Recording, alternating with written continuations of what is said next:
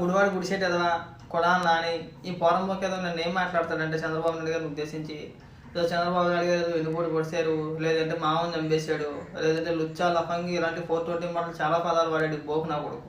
వారు పోరంబోకి ఏదో నువ్వు 2004లోని 2009లోని గెలిచిన తెలుగుదేశం పార్టీ తరపున లుచ్చా యాదవా, నీ కనీసం ఇంగిత జ్ఞానం అనేది ఉండాలి కదా. మనం ఏ పార్టీ నుంచి ఎదిగాము, మనం ఏ పార్టీలో మన రాజకీయ భవిష్యత్తు ఎదిగాము, నాకు ఇవాళ ఈ పేరు రావడానికి కారణం ఏంటనేది నీ యాదవ బతుకు నీకన్నా తెలియాలి కదా. ఎందుకు నీకు ఆ పనికి మాల బతుకు? నువ్వేం పీకి సచ్చావని చెప్పేసి ఈ 4 ఏళ్ళలో ఈ 3.5 ఏళ్లలో నువ్వు 3 ఏళ్ళు మంత్రిగా చేసావు, నువ్వేం పీకావని చెప్పేసి అని.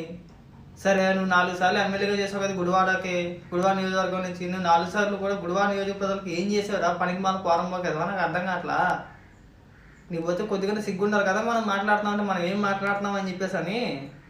ఆ మాట్లాడితే చంద్రబాబు నాయుడు గారు అలాగా, చంద్రబాబు నాయుడు గారు ఇది అని చెప్పేసి వాళ్ళు పనికి మాలేదవా చంద్రబాబు నాయుడు అనే వ్యక్తి, లేకపోతే ఇవన్నీ నువ్వు లేవురా బోకినా కొడక.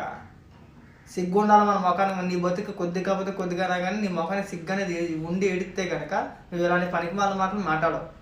చెత్తనా కొడుకు మేము అనలేవా నిన్ను పోరంబోకి ఎదవా, లుచ్చే ఎదవా, పనికి మాల ఎదవా, రకరాలతో కొన్ని మాటలు కూడా మేము మాట్లాడగలం.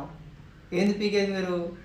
సిగ్గుండాలి కదా నీ బతుకు కొద్దిగానే కానీ నువ్వు మాట్లాడే మాటలకి. ఏంది నీ బొచ్చు పీకేది? మాట్లాడుతున్న బొచ్చు కూడా ఎవడ పీకేది, ఎవడ పీకేస్తాడని చెప్పేసి ఎవరికి కనబట్టేదిరా బొచ్చు పీకడానికి? నా బొచ్చు ఏమైనా పీకుతావు నువ్వు? లేకపోతే ఇప్పుడు ఎవడికి పట్టింది బొచ్చులు పీక్కోవడానికి? ఎవడు చేసేమని వాడు చేస్తావు అంటాడు. నువ్వు పీక్కునే కార్యక్రమాలు ఏమైనా చేయాలనుకుంటే నువ్వు చేసుకో, తప్పలేదు అందులోని. నీకు అలవాటు బొచ్చులు పీక్కోవడం, ఎంటుకలు పీక్కోవడం అని చెప్పేసి నీకు అలవాటు, నువ్వు పీక్కో, ఎవడే కాదన్నారు కదా. ప్రజల గురించి చెప్పండి ఏమైనా కానీ, నువ్వు చేసిన మంచి ఏమైనా ఉంటే అది చెప్పేయడు ముందు.